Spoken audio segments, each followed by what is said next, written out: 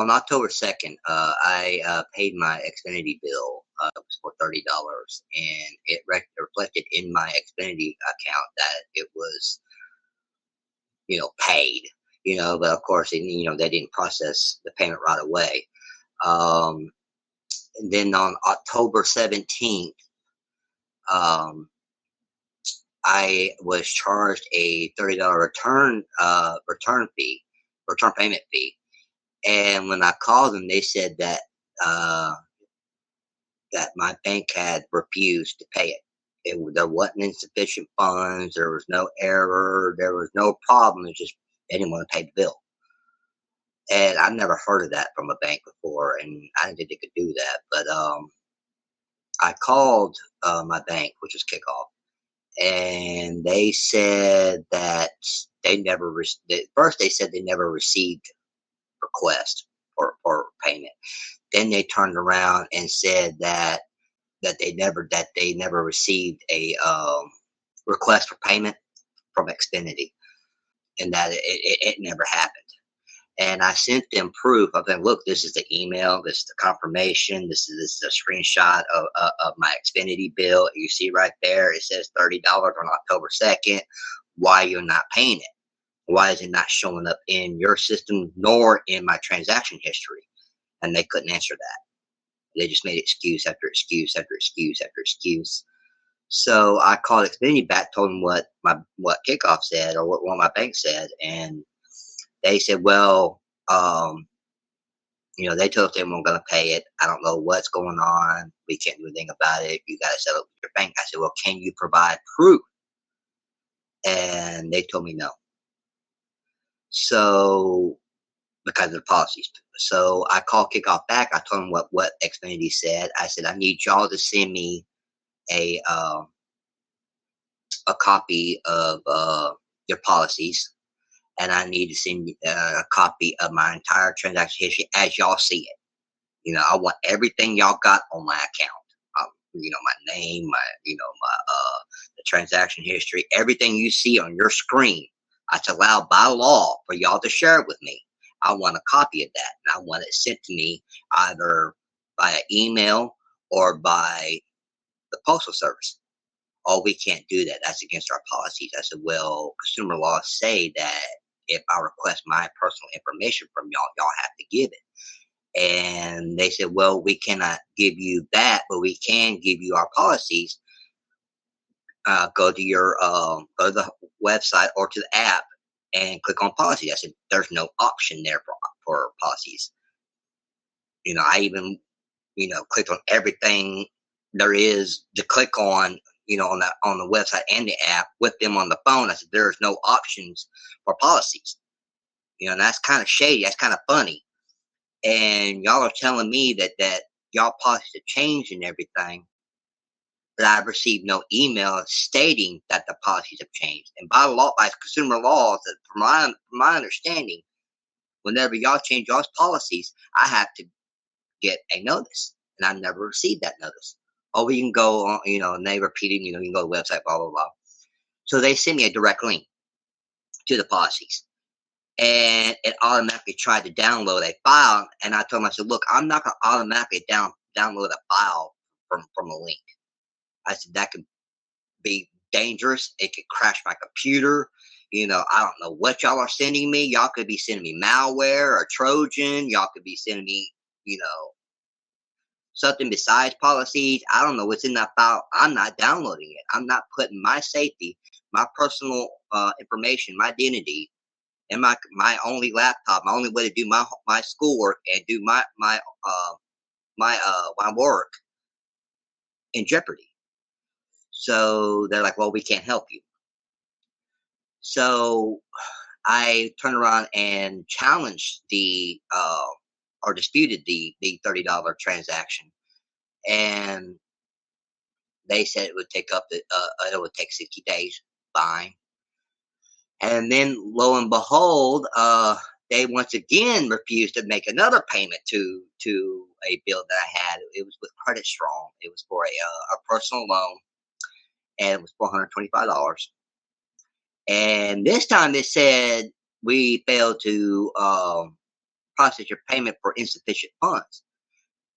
Okay, now I had over $100 in my account, uh, you know, plus I have $175 overdraft that I could pull if I make a transaction. Like say I have $100 and it's $120, they'll pull the $20 out of my overdraft. And I said, okay, well, what's going on? Then as I was calling them, I got hit back to back payments, one from Terminix and one from PDF Simply. And I'm like, wait a minute, I never authorized these transactions. I don't have an account with them. So I called Kikoff and I said, look, I said, y'all refused to pay my Xfinity bill. Okay. Now y'all are refusing to pay my loan bill, which is going to directly affect my credit, by the way. And I just got it up to good standing. Now it's going to go back to poor standing because y'all won't pay my bills. I mean, what is going on? Why are y'all refusing to pay my bills? So they said, well, let me check on it. And they said, well, you didn't have enough funds for your loan. I said, well, I have overdraft protection. I mean, that should have gone through. And they told me, well, it didn't go through because you have two other transactions that put you in the negative balance. And I said, well, that happened after y'all denied my loan payment. For one. For two, all these transactions do not add up to $175. So what is going on? And they said, well, you have a limit to how much you can overdraw per week. I said, well, y'all never told me that. There's nothing in your policies that I've been able to find out. I've done deep Google searches. I've done Bing. I've done DuckDuckGo. I've done reviews. I've done everything I can to find out about these policies.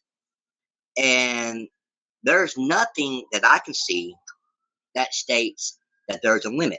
Y'all never told me there was a limit. I even asked y'all before I signed up for the overdraft, is there a limit besides the $175? Y'all said no. So why y'all all of a sudden putting a limit on my weekly withdrawal from my overdraft? I said, y'all are constantly changing y'all's policies without any notice. Every time I call, I get a different answer depending on whatever representative I speak to. Y'all are refusing to let me speak to a manager. You're refusing to let me speak to a supervisor. What is going on? What are y'all trying to hide? What are y'all trying to prove or to accomplish here? And they're like, well, we can't do anything about it. You didn't have enough funds. Sorry for your bad luck, pretty much. So I filed a complaint with the CFPB. Now they have contacted me via email stating that if you want to dispute the transactions, you can. Just give them this information in this email, and they'll dispute them. So about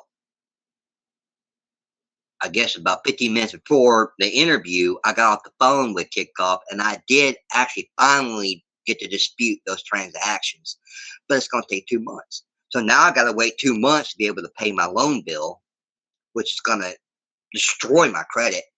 It's going to destroy my credibility with this loan company. I mean, good luck in getting another loan with them, or anybody else. And I'm just sick and tired of their shady practices, and they're not paying my bills.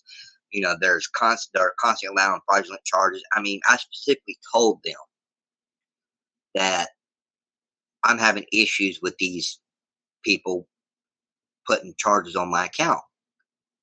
I need to do a stop payment, and I need to report them as fraudulent. And they told me they don't do stop payments, they don't do bill pay, they don't do anything that I said or requested except to dispute the transaction. That's all they can do. So that tells me that they can give two flips about consumer laws or banking laws, and they constantly tell me they're not a bank. I said, I understand that. Okay, well, maybe you're a bank, maybe you're not, but you do go through a bank.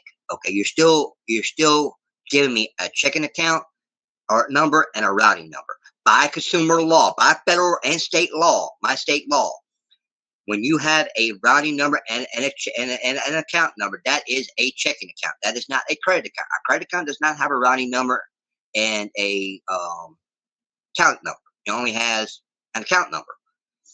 So y'all are telling me y'all don't do checking accounts, but yet when I signed up, it said you can open a checking account underneath that. So why are you calling it a checking account when it's not a checking account? So it's constant, changes of policy, changes of information. There's different stories, there's different things going on for the same incident, and I'm sick and tired, and after I get this resolved, you know, after the CFPB does whatever they're going to do, Kikoff does whatever they do, whether I have to sue, go to court, arbitration, whatever I got to do to get my money, I am done with Kikoff because, I've had this issue with them with the loan that I had. That's why I canceled my loan with them because they refused payment and then turn around and penalize me for missing the payment. Wait a minute. I sent you payment and you refused it. So, I mean, they're shady. I mean, and I tell, everybody that I know, to avoid them like the plague. Unless you want your credit destroyed and not be able to get a job, not be able to get loans, and not be able to open a bank account, on these things, you can go right ahead.